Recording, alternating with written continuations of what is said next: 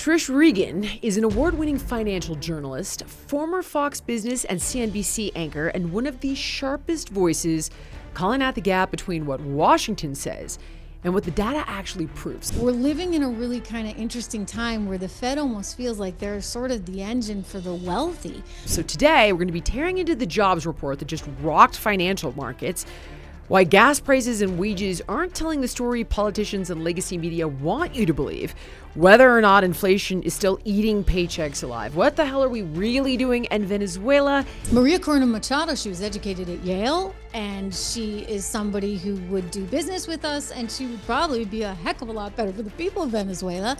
And where is this economy actually headed as we barrel toward 2026? If that happens, then you're looking at a scenario, Jillian, called deflation.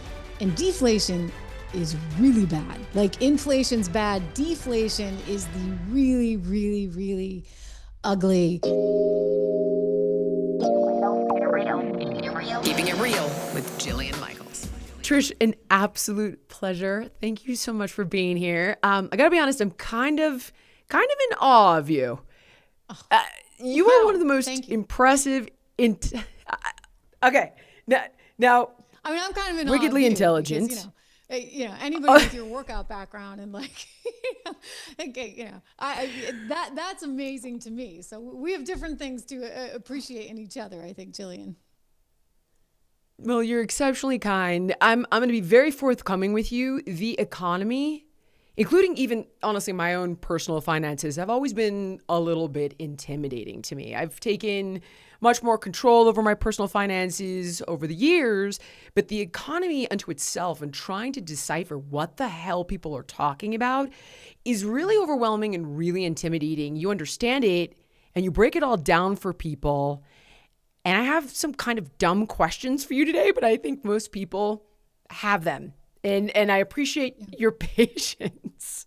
I mean, when I have a background in finance, and first out of school, I'd been working at Goldman Sachs, trading emerging debt markets, which interestingly, obviously Venezuela, very much in the news cycle these days, Argentina as well, which is what we were trading. When I made the transition to news, I realized really quickly, you need to be able to communicate with people. And if you're talking about things in a language, frankly, that they don't understand, whether you're talking about the Fed and you want to talk about basis points, or you want to talk about PPI without explaining that it's producer prices, or durable goods without saying, hey, this is like a washing machine and a dryer, you're going to lose them. And this is almost like a foreign language for people. I get it. I mean, when I was a younger kid, my parents would have CNBC on, and I thought that I could take a nap to it, right? Because it felt like somebody was speaking Russian, which is an entirely different thing. And then, the irony is I eventually was working at CNBC hosting a show on CNBC. So by my nature, I love taking really complicated things and trying to break it down and make it accessible. I mean, not just for myself, but for everyone. You need to be able to explain it. And it can kind of be dry and boring. And I hope that it's exciting for people. And I try to make it exciting because you know what? This is your livelihood. This is your future. This is our country's future. And it matters. It's the number one issue people vote on. I was just talking to my producer about this, and he's like, it's all about how heavy is your wallet. But the irony is that we vote on this issue, but we don't really understand how it all works or where it's all going. And there's so much going on in the news. And my producer's like, well, the jobs report drops this week. And I was like, Michael, I can't even begin. I don't even understand this. I don't even know what it means. I couldn't interpret it for the life of me.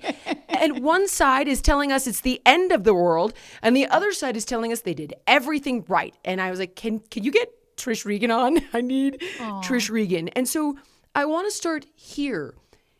Okay, listen, we all get it. How many jobs? Did we lose jobs? Did we gain jobs?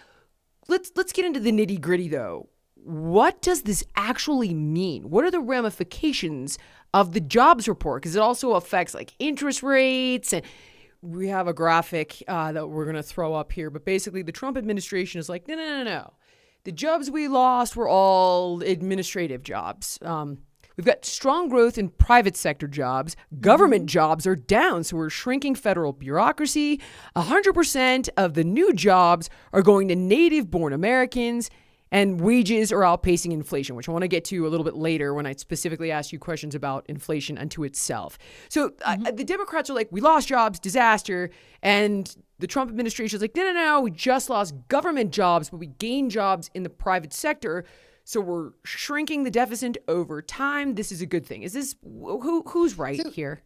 Well, you don't want to be growing jobs in the government if you can grow them in the private sector. I don't know what your philosophy is on that, but I'm a red-blooded American capitalist. So to me, the more money government has, the more money government will spend, and most likely the more opportunity for, things like we saw out in Minnesota will happen. So we don't want government having basically this constant ability to spend our money. We want to put that in the hands of the people. It's philosophy I so fundamentally believe in, born and raised in New Hampshire, live free or die in New Hampshire, where even the Democrats don't believe in taxes. They don't have an income tax. They don't have a sales tax. Somehow they still do it, Jillian. I don't know quite how, but they manage to, balance the budget and not spend what they don't have. So keep government on a short leash. Don't give them all this money and let those jobs go to the private sector. Why do you want to keep building up the government sector? Let's build up the private sector. So I'm in sync with what they're saying on that. In terms of, how many jobs are being added. Yeah, I agree. It would be great to be adding more jobs. We didn't lose jobs. We still added jobs in the last month, but we want more. Like I said, ideally you're looking at 300,000 just to keep pace with population growth. Okay, next question. From an observational perspective, I live in Wyoming. There are so many kids here, great kids, but they're all here on an H-1B visa because the businesses don't have anybody that will take the jobs. So on one hand, I completely understand. They're taking our jobs and they're taking them. And yet on one hand, you've got 7 million job openings. And I hate to say nobody wants them, but it kind of seems like nobody wants them. So what do we do? Nobody can do that in some cases, right? It's even worse. It's not that nobody, look, there are a lot of, dishwasher at a restaurant, those kind of jobs that maybe nobody wants, or cleaning houses, nobody wants, that you're seeking an immigrant labor pool for, but those aren't the H-1B visas. The H-1B visas are the engineering jobs that we're not graduating enough kids out of universities in the United States of America that can actually get those jobs. And that's actually pretty alarming. You look at our math and science test scores. We have just sunk and it's gotten worse and worse since COVID. So we need to do a better job. And this actually, the one and only place that I am sort of, government needs a little more of a helping hand, or voucher schools, or whatever you want to do. Somehow, some way, we got to find a way to better educate our kids, because we need the engineers. We need the tech people of the future. We want to lead the world for AI. And we can't let that, be, that we can't give that up to China. And so we've got to do a better job educating the next generation of tech savvy kids. And we're not doing it. The math and science is awful. Absolutely, the scores, I don't have them off the top of my head, but you can take a look. We just keep sinking. So the reason people will talk about those H-1B visas, and I get it. A lot of people are like, but wait a second, we're graduating engineers here. We're not graduating enough. So that needs to be fixed. And the H-1B visa is kind of a Band-Aid in the interim. I understand. Okay. You brought up AI, which was my obvious next question. How does the jobs report improve? Trish, I'll just give you an example from my business.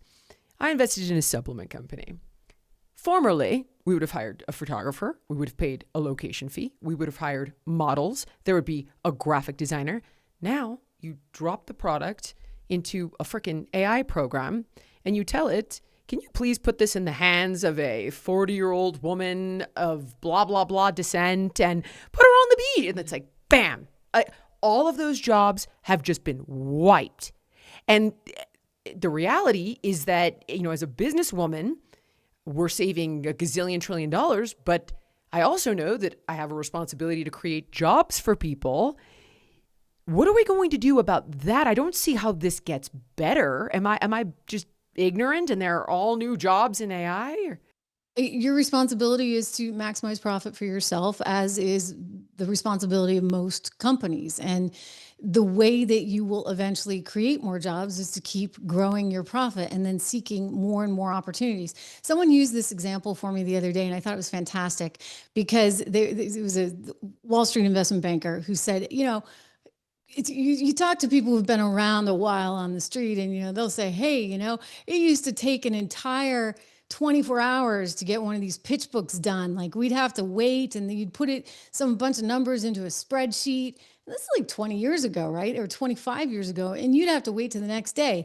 Nowadays, you just pop the numbers into Excel, you hit a button, and there you go. But here's the thing, Jillian, the number of people working on Wall Street is vastly more, right? Like, is multiplied by massive numbers compared to 25 years ago when you couldn't, or 30 years ago when you couldn't do that so quickly. So I think what ultimately happens is we don't know how the economy is going to change.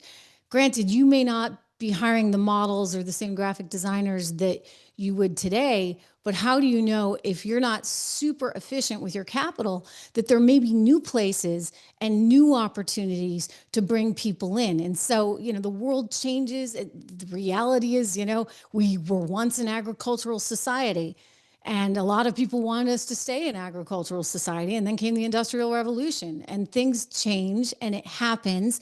Sometimes you have pockets that are difficult, right? When the refrigerator showed up and the Iceman lost his job, that's not easy. But as a society, we keep moving forward. And if we don't move forward, if we just say, well, we're going to just stay stuck and we're not going to embrace the future or these new opportunities, if you're going to say, well, I'm just going to keep employing people because it's the right thing to do, as opposed to letting, say, and this is the red-blooded American capitalist in me, I'm going to do what's best for my company, I'm going to do what's best for my family, then that sort of individual sort of will guide that future. And there are jobs that you cannot even imagine that will come from AI and will increase productivity and GDP and all of these things in ways that perhaps we haven't even totally imagined.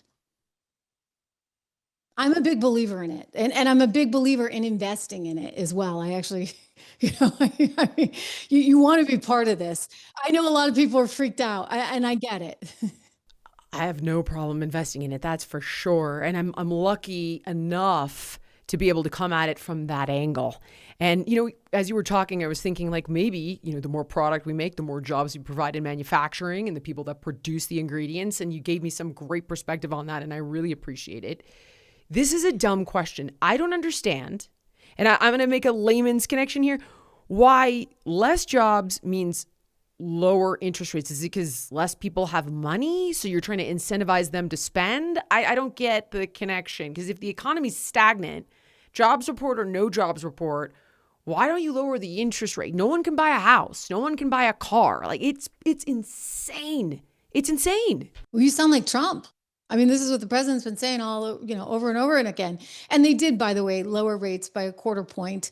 And people would have liked to have seen more. We'll see what happens next. Look, things have sort of changed, and it's discouraging. And this is why I keep saying, people have to invest, even if it's like $5 a week. Find $5, like, put it in the market.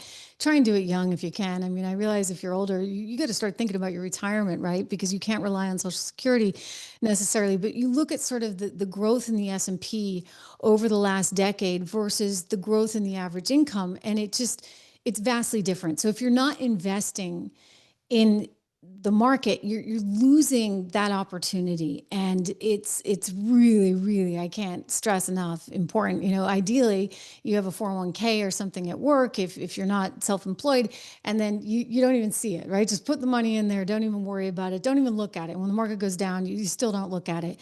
And hopefully you're diversified enough so that you're able to weather the storm. But if you're not investing in the market, then the world's kind of passing you by, and there's been such tremendous growth there. In terms of why this matters for the Fed, one of the discouraging things for me, certainly as a journalist, and I've pounded my fist on the table about this, is the Fed is always like late, and they always do like too much, too late, and they never do it on time. Kind of feels like that. As a regular bear, you're like, dude. Right. Right. So you know what they're waiting for, Jillian? They're waiting for all the proof of the bad economic numbers. Oh, the jobs report came in, and what do you know? Unemployment rate is moving higher. We better move. And Trump is saying, much like you are saying, and actually I've been advocating for, no. Look at the real-time data. Don't wait around for the month later or 2 month later reports. Start looking at the real-time data and actually understand the sensitivity issue of the middle class and how they relate to interest rates versus, say, the people that can afford the cars and afford the homes. They're not as interest rate sensitive, shall we say. But when rates come down, and instead of, 8% on a car loan, you can get a car loan for 4% or 5%, that's meaningful for people. And that frees up their opportunity to go and get that car or to get that house. And, as a business owner, right, that might free up your ability to invest in new things, new factories, new equipment. And that's, part of what makes this economy go. So we're living in a really kind of interesting time where the Fed almost feels like they're sort of the engine for the wealthy, because the more they, it's like they're just kind of out of touch. I was going to ask you that because don't super wealthy benefit when interest rates are high? It depends. So it depends. It depends on what you're investing in, right? So if you're wealthy, interest rates are high and you're sitting on a lot of cash, all you have to do is park it in the bank and say, oh, okay, I'm going to collect my, my whatever percent off of my capital. That's great. I don't even have to take risk. I just keep, but your risk might be in that case that you've got such crazy inflation going on that even the rates they can pay you in a CD or in a treasury might just not, or a muni bond might not actually equal what you could get in the market. The wealthy have benefited because what do companies do when rates go down? They invest capital and they build new things and they invest in people and they invest in factories, et cetera. And so if you're invested in those companies, I mean, think about the Mag 7 companies. I have a financial research company too as well, called 76 Research, which 76 is a play off of 1776. And we just started coming out with what we call a Mag 7 monitor, because this Mag 7 is so critical and so important and so much the future and direction of the country. Those companies benefit for sure when interest rates are lower, because then it frees up capital for them too. So look, it's a tricky thing. What I would say in Donald Trump's favor is that he has made the right decisions on energy policy. And do not forget how big a deal energy is when it comes to the price of anything. You're out there in Wyoming. I'm in the New York area. If I want to get something to you, it's going to cost a lot. And fortunately, it's not going to cost as much as it did 4 years ago, right? Because energy prices have come down significantly. You've now got gas less than $3 a gallon. So I think that's a step in the right direction. Yeah. Take a look at this. This is CNN celebrating gas prices, and it's just so ironic. I can't help but show it to you because I didn't think they'd celebrate anything good that's going on with regard to the Trump administration. Look at this, a fresh 4.5-year low, 3.5-year low of $2.95 a gallon as of today. That is miles away from the all-time high set back in 2022 under former President Biden, above $5 a gallon. And it is lower, although only a little bit lower than at this point last year. Okay, so by the way, what did Trump do differently than Biden? Because you just mentioned, we're trading Venezuela. I'm like, what is she talking about? Is this like a foreign policy? What is it? Because this was not that hard. Is this the drill baby believe. drill? I mean, what is this? I honestly could not believe what Biden did, because he got into office. First thing he does, okay, we're not going to drill anywhere in the U.S., right? He's shutting down drilling everywhere he can. And then he goes into this thing with Ukraine and Russia and shuts off. They sanction Russian natural gas. Well, it's like one hand isn't talking to the other, Jillian. I don't care anybody's politics on this one. If you know that you're going to have a big thing coming with Russia and you're going to actually have to turn off the spigot for natural gas, and you're going to say, okay, I'm going to sanction Russia, don't you think that maybe, just maybe, you don't want to cut off all your energy here in the US of A? Again, no one's talking to each other or communicating. So the State Department knew, okay, we got a problem here with Ukraine and Russia. We're probably going to have to move on that front. When they shut down any supply that would be coming out of Russia, that has an impact on prices. It drives prices higher because you're taking that energy off of the market.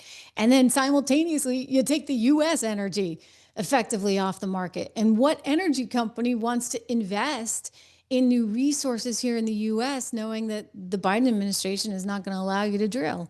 So that was just a double whammy. Like that was a complete screw up. And they, in terms of Venezuela right now, look, I've spent a lot of time in Venezuela, and I've been to what's known as the Orinoco region. And the Orinoco region is home to the largest oil reserves outside of all of Saudi Arabia. Saudi Arabia is the only one that would rival it. And we have been kicked out of Venezuela. Chavez kicked us out years ago. Maduro has run the country into the ground. They have so much oil there. They're sitting on it. They don't know how to get it out of the ground. I'll tell you, I held it. I remember this coffee cup full of oil and turned it upside down, and none of it came out because it's just tar. It's like heavy, heavy tar. So if you had better technology, and the Europeans used to be there was an energy company called Total. We used to be there. And now, nobody can be there anymore because Maduro doesn't want it. And so I know that they're talking about this being about, fentanyl and this, that, and the other, but I can't help but wonder to a certain extent if it's also about the fact that this is a valuable resource. And guess who's been hanging out there? I heard the second language after Spanish that you hear in Caracas these days is Russian. So you get the Russians, you get the Iranians, you get the Chinese, all right there. And if you go back to the Monroe Doctrine, right, we've got our Western Hemisphere, and they're all hanging out 3 hours from Miami and in a place that's home to the largest oil reserves outside of Saudi Arabia. So I'm just putting two and two together. And I have a feeling that we probably want a change of regime, which we've pushed for aggressively and have not gotten. And the people desperately want it. They actually voted Maduro out. So we'll see what's coming. When it comes to holiday gifting, I want to give people things that they'll love. Beautiful, timeless pieces that they'll wear for years. And that's one of the reasons I go with Quince. Everything's premium quality at a price that actually makes sense. Quince has something for everybody, whether it's silk tops and skirts for dressing up, perfectly cut denim for everyday wear, outerwear that actually keeps you warm and looks good. Their Italian wool coats, they're standout pieces. They're beautifully tailored, incredibly soft, and they're crafted to last for seasons. Every piece is made with premium materials from ethical, trusted factories, and they're priced far below what other luxury brands charge. The craftsmanship, it shows in every detail, from the stitching to the fit and the drape. It's elevated, timeless, and made to wear on repeat. I personally am obsessed with their super soft Mongolian cashmere sweaters. For only $50, they look and feel amazing. Guys, I find gifts so good, you're going to want to keep them with Quince. Go to quince.com/Jillian for free shipping on your order and 365-day returns. Now available in Canada too. That's QUINCE.com/Jillian to get free shipping and 365-day returns. Quince.com/Jillian. But you speak so I just plainly took you for a loop. and so honestly. But no, it was pure heaven, and you went exactly to the area I was going to lead you to, regardless. Because as an outsider, you're watching what's going on with Venezuela, and you're going, well, like I'm not a genius, but Mexico's our biggest fentanyl drug problem, and yet we're blowing up boats, off the coast of Venezuela. Okay, and I get Maduro's a narco terrorist, and finally, Donald Trump Jr. basically admitted it. And I thought, but just say it. Just explain to people. You know those $7 gas prices in California? Okay, we're not going to put boots on the ground. This guy is an absolute monster. We've got really good intelligence about who's on the boat. And this is what's funding Maduro. We're trying to pressure him to get out. And this is our end game. I just think, even if I'm wrong about this and I don't fully understand it, this is not what I do, but I think people would have a better feeling about it if you explained, like you are, do you know how important energy prices are? Do you have any idea how that impacts every single purchase? I wonder, it's look, I mean, they'll tell you a lot of reasons for doing it. Maybe I'm just suspicious. Maybe I'm just a realist. I'm like, heck, why not have a good relationship with Venezuela? And if this one guy is in the way, like, can we not figure out a way to like make nice? Maria Corina Machado, she was educated at Yale, and she is somebody who would do business with us, and she would probably be a heck of a lot better for the people of Venezuela because she She would just be won the Peace Prize, right? attracting capital. This is the Nobel Prize winner that was just Yep. collecting the Nobel Prize from Venezuela. Yes, of course. And that's right. she's a big leader in the opposition party there. So there, look, there, it makes sense. I don't know how that story plays in Peoria, as they say. And I remember early in my career, an oil analyst on Wall Street saying to me, well, what do you think the Iraq war is about? It's oil. And I'm like, no, it's about, it's weapons of mass destruction. The guy's like, no, it's about oil, and there's nothing wrong with that. We need oil. And I'm like, whoa, so I mean, the problem is that it went so far south. That's the issue, is that it was a forever war, and we lost a bunch of young people, young Americans. And that can't that's happen. The concern, is that people don't have the bandwidth to even hear it. They're like, regime change. Oh my God. And I understand, but I just feel as though if we were completely transparent and we gave a game plan, an end game, explained the stakes, I think the administration would get more goodwill out of MAGA as well, because MAGA is done with the foreign wars. I think if it was better messaged to them, just the way you did, how this is actually in America's best interest and not just the military industrial complex. Well, and from a national security perspective, honestly, like, do you really want China there? I mean, that's who's there. Do you really want the Iranians there? That's who's there. Do you really want Russia there? That's who's there. And so I think the national security issue is important as well. Like, it is our hemisphere. If we think about the Monroe Doctrine, we need to have control over our hemisphere. We don't want our enemies 3 hours away. And so I think that that's part of the reality of this situation as well.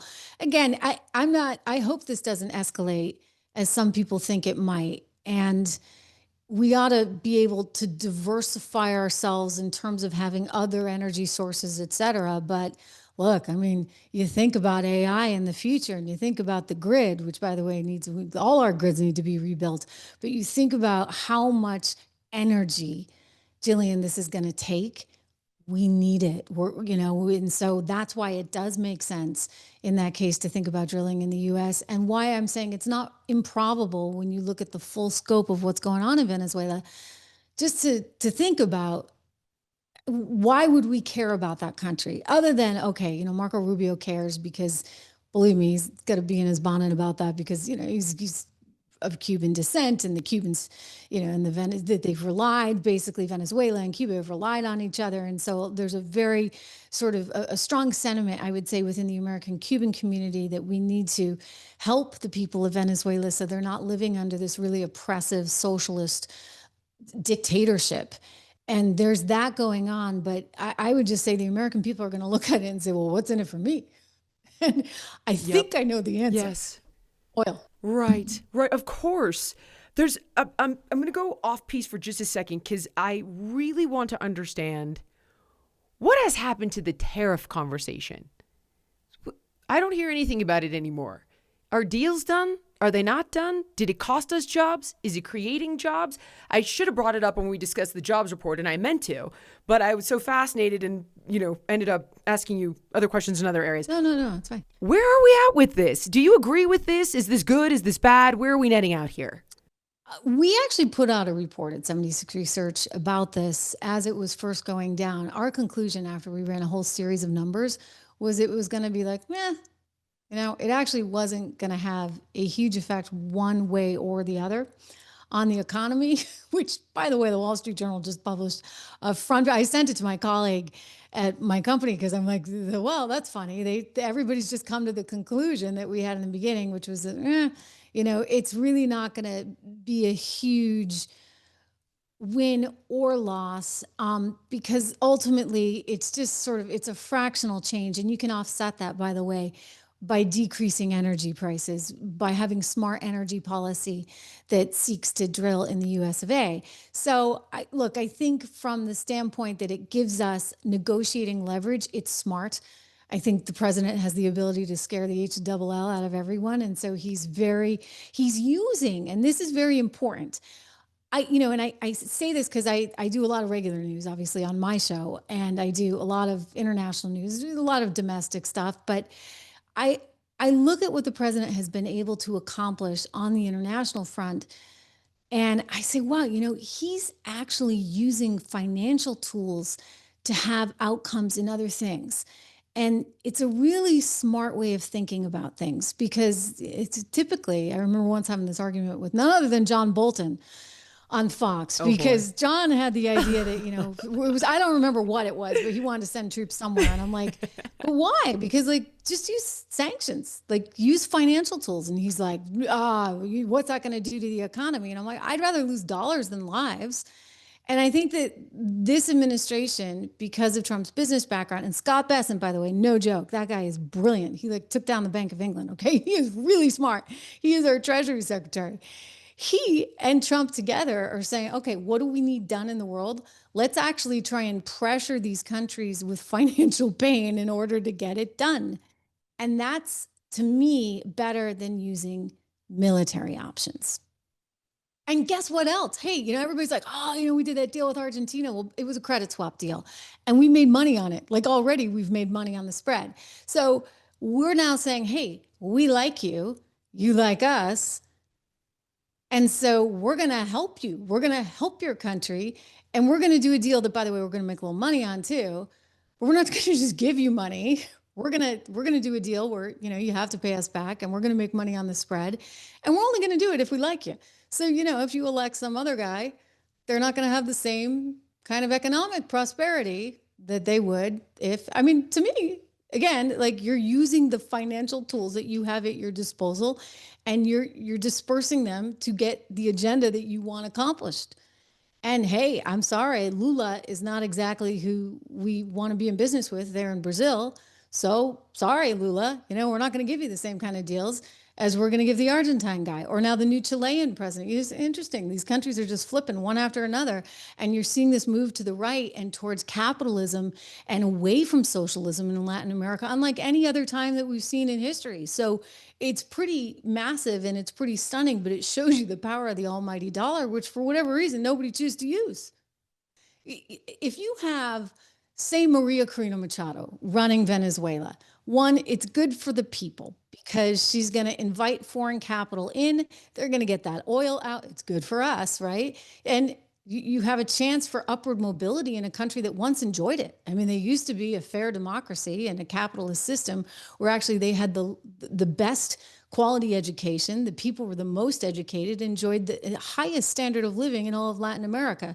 And then Chavez comes along with all his socialist promises and drives it straight into the ground to the point where people are actually starving for food in Venezuela. So that is a real problem. Well, if you have someone like Maria Corina Machado that we want to be in business with, and she's going to, it's a win-win, if that makes sense to you. And I think that's just the reality of the real world. And we want friends in high places, so to speak. Got it. Okay. In our hemisphere. Question about the BRICS nations. My understanding of this is like a kindergartner. But basically you've got Brazil, Russia, India, China that are somehow sidelining the dollar. What is this, and is this a real threat? Is Trump making it worse or better? Because I've heard it can destroy our economy. Yeah, but what are you going to go to? They all want the dollar, for goodness sakes. Okay. You're going to buy things Really? in the Chinese currency or the Brazilian currency. Nobody wants those currencies, really. Honestly, the dollar's still supreme. The question is for how long. I think that's what you're getting at, especially if we continue to lower interest rates and we just print and print and print and therefore have an inflationary environment. Look, we don't have inflation right now. If you had talked to me when we were looking at consumer prices growing upwards of 9% during the Biden administration, I would have said, Jillian, we have to stop printing. But we're in that sort of sweet spot right now, so I'm not as worried about inflation. As for the BRICS trying to get away from us, sure, of course they do. Of course they, I mean, just look at the gold that they've been buying up in the last couple of years. You look at the gold price increase that's directly related to this desire for some of these other countries to diversify themselves away from the US dollar. Why? Well, when Donald Trump is calling the shots and has the ability to freeze your accounts, yeah, you kind of want to make sure that you're not just in US dollars because you might be up a creek without a paddle. But there's this other thing going on called cryptos, right? And Bitcoin. Now, the administration is a little bit complicated, but basically the administration has done a really good job of getting in front of that one too.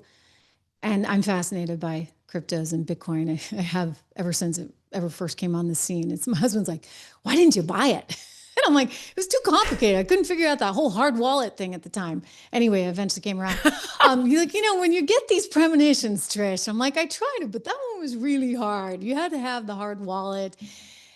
So I think that also is an attempt for some of these countries to get around it. But still, when you look at how Bitcoin is priced, it's still also priced in dollars. You actually, have to have some stake in dollars in order to be in Bitcoin. And so ultimately, I think the goal is to funnel it all still back to the US Treasury to keep, so to speak, King Dollar going and going strong through, the next 100 years. We're coming up on 250 years in America. We actually haven't been the world's reserve currency for that long. It's really just been in this post-Bretton Woods World War II era that, it turned out we won the war and we had everyone's gold. We had the most gold. And we decided because of that, we were going to become the world's reserve currency. And we pegged our dollars to gold until we couldn't, right? Until we couldn't. In the 70s, they moved away from that. But I'm actually not worried about, I get it, but I'm not worried about China or Russia taking over, or Brazil or India for that matter, as the currency of choice. Because I think ultimately everybody still wants to be in dollars. And even if you're in Bitcoin, even if you're in gold, in some way, shape, or form, it's still coming back to dollars. I cannot tell you how much propaganda and rhetoric I have heard about this that has made me think the sky is falling. And I have no knowledge of it the way you do. And you're like, no. And it's staggering, though, the way we can be manipulated when we really don't have an understanding of it, which is why I think podcasts like this and yours are so important. You bring up inflation. I want to show you this SOT, apparently that wages are outpacing inflation for the first time in forever. I'm glad you used the word SOT, I'm by the way. shocked. I'm glad. No, can I'm just learning the I'm lingo. glad you used the word SOT. There you go. There's a TV term. My team, which is mostly a digital team on my show, I use the word SOT with them all the time. And then finally, like after 3 months, every single one of them came to me and said, by the way, like, what is SOT? And I said, oh my gosh, you're so young. And you're not from TV. It's sound on tape. So for anybody listening, it's sound on tape. It's like almost as bad as an economic phrase. I just learned it recently because my producer kept putting like SOT 1, SOT 2. And I was like, what is that? It's like sound on tape. Can we show these sound on tape? Real wages are up. So if you look at wages have been outpacing inflation, whatever measure you look at. And so when wages are going up, that's attractive for people to re-enter the labor force. And in our view, that suggests that the economy is doing extremely well. Okay. Before you say anything, all I ever hear about is people saying that the price of food, homes, cars, etc., without even getting into interest rates and borrowing money, is exponentially doubling, tripling, quadrupling, and people aren't making more money. I've even experienced this where I'm like, I'm not making more money, and that plane ticket is twice as much, that house is 3 times as much. Even I'm like, all right, uncle, enough of this is insane. Is this suddenly prices. turning around? Are you trying to go anywhere? A hotel room? I'm like, I'm pretty sure we stayed at that exact same hotel for like 40% the cost pre-COVID. Yes. The ticket across the country from LA to New York business class was like $1,800 and coach was like $250, $300. No, coach is $700 and business class is $4,000. And I sit in coach. I'm a woman of the people. Good for you. I'm like, no way, dude. I am not spending $4,000. Get out of here. No way. Not to mention, even you try and use miles, the miles as well. Like they'll charge you a gazillion miles. I'm like, but I used to buy this ticket for this many miles. Mm-hmm. Yeah, it's like it used to be one way 80,000 miles. Now it's 300,000 miles. So is this actually turning around or like, are we going to start to notice a difference? Here's the bad news. All right. Like, I know we want it to go back to the prices that they were. Like, believe me, they can't. Because if that happens, then you're looking at a scenario, Jillian, called deflation. And deflation is really bad. Like inflation's bad. Deflation is the really, really, really ugly, stepchild, whatever of inflation. You don't want deflation, because what happens in a deflationary environment is nobody buys anything. They just hoard. Because why would you? Like if I know I can buy that car next month for 30% less, why would I buy it this month? Why would I buy anything? I'm gonna sit on my cash and I'm not gonna move. And so I'm not gonna actually engage in the economy. So that is why it is the scariest situation. A lot of people have said to me, like, over the years, why does the Fed shoot for 2% inflation? Why do we even need 2% inflation? Why does anything have to go up? And the answer to that, sort of the textbook answer, and you can understand it when you think about it, if things aren't ever increasing in price, you're never incentivized to do anything today.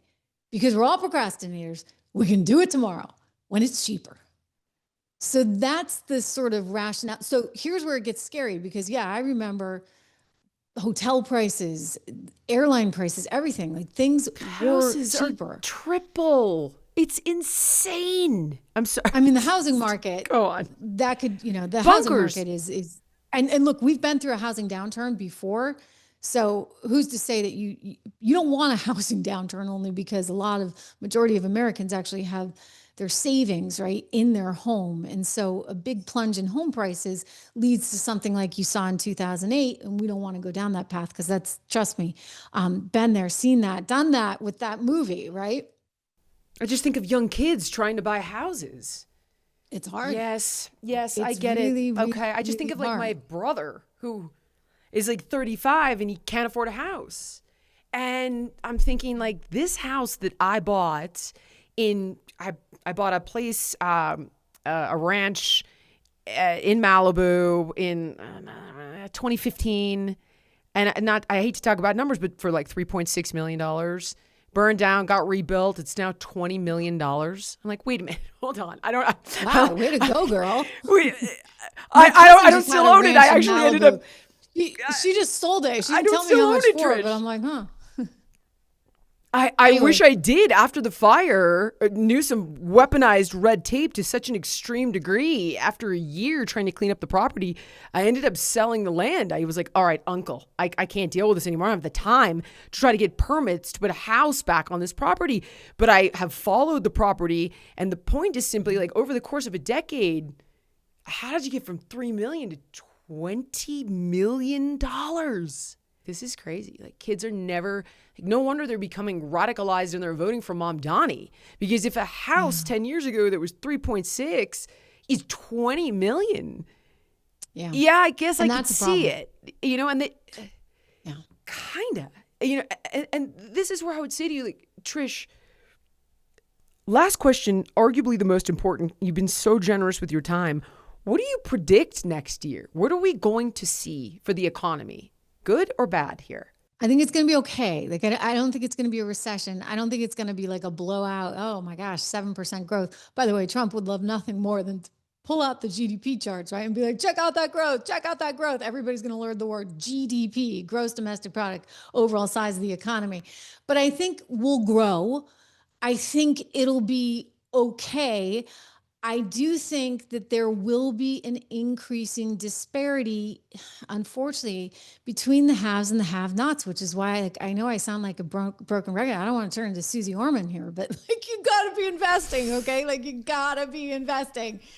Like, I still, and I worked at CNBC, so I can say, but I remember her show, and like, well, you know, she still does that. Listen, but she's not wrong. Like, you do have to be investing, and it's essential, and you want to be in the future, right? Which, like, I know a lot of people hate it and they don't believe in AI and they think it's going to ruin society. But listen, you're either going to be in that or you're not. And so even if it's as simple as like the S&P 500, right? Just buy the S&P 500 and be in it in some way, shape, or form, because that's going to be the disparity. And I think you're going to risk this increase between the sort of working class and the investing class.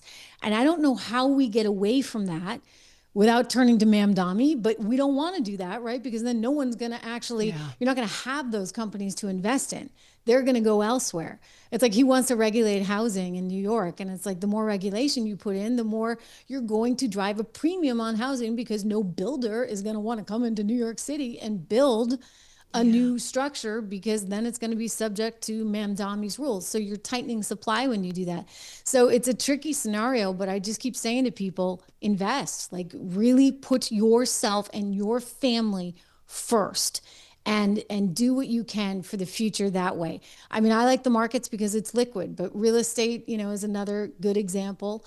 As you pointed out, you've done that, but I like the liquidity that you have, meaning, you know, if you need to, you should never sell. You should never sell, not until, you know, the moment that you have to, and never sell in a panic. But you do want to be taking advantage of all those opportunities. Okay, very last question, I promise. You brought up the S&P 500. People ask me, like, what can someone do in the new year? And we've got what I call the big rocks, right? Like simple things you can do that will have a massive impact on your wellness. When it comes to investing, it's like invest. And it's intimidating as hell. Is the S&P 500 the big rock? In other words, like someone told me that once, that it beats Warren Buffett's only beat it a few times. You put your money in the S&P 500, and that's a big rock, and you don't have to be Trish Regan, if that makes any sense. Or is that just kind of... I think that's sort of, you know, you should start there. I mean, I get that it's hard for people, but the reality is you don't need a fancy fund manager picking your stocks. I mean, we put out the 76 report at my company, and it's like $9.95 a month. So shameless plug, but just because we're talking about markets and investing, but the whole idea is the whole idea is to try and demystify it in that sense, and to give people ideas and research that they can work off of.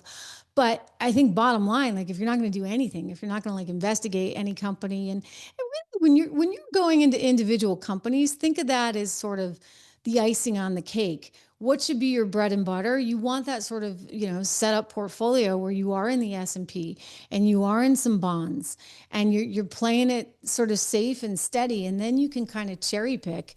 Well, these are my opportunities. Okay. You know, if I bought NVIDIA, people say to me, you know, back when you guys were telling me to buy NVIDIA, I'd be sitting pretty right now. Well, okay. But if you're in the S&P, guess what? You're getting NVIDIA. So at least you're exposed to it in some way. So I would start there and then sort of branch out, but you know, be aware, right, Jillian? Like everybody has a different timetable and a different risk analysis, and you've got to take that into consideration. How much are you willing, when like you know what hits the fan, to just sit there and say, I'm going to ride this one out, and I have the time to ride this one out, and I'm not going to like completely freak out and just sell everything immediately. I mean, when, you know, Trump announced his tariffs and everybody freaked out, yours truly bought more. Not paid off, right? But I'm like, I've seen this over and over again through my career. The media like distorts everything. The media goes crazy. CNBC gets their ratings. I mean, our best ratings days were always when there was tons of red on the screen, right? When the market starts to tank, that's their plane crash for the financial media, and they're never ahead of the curve because they don't want to be, right? You've got to be like right on the news curve. And so as an investor, you need to be ahead of the curve. You need to be thinking about, how is the media characterizing this, and how are they getting it wrong so that I can get it right? Got it. Trish, you're magnificent. Can you tell everybody where can they get the 76 report? Where can they find your show? Where can they learn all of these things? Because your financial health is actually directly tied to your physical health. When your financial health is poor, it truly makes you ill from stress. And how do people take care of their financial health? Well, live within your means. That's another sort of piece of advice. Always live within your means. Learn to be content, to not just want, right? We're such a materialistic culture. And you really just have to say, like, this is what makes me happy. And financial security should be part of what makes you happy, knowing that you don't have to stress over stuff. I think that's like really, really important. And investing for your future is a critical part of that. I mean, so we talk a lot of politics and some economics on my show, which is the Trish Regan Show. And we are on Spotify and we are on YouTube and all those great places. I'd love to have folks over there and live every day. And then 76research.com is my financial research company where you can get a little bit more nitty gritty in terms of what I'm thinking about the markets and what companies I like or don't like, that kind of thing. And so those are the two places I'd encourage people to go. Thank you so, so much. I really appreciate it. I'm signing up for the 76 report right now. Oh, you're very sweet. Thank you, Jillian. Thank you so much for watching.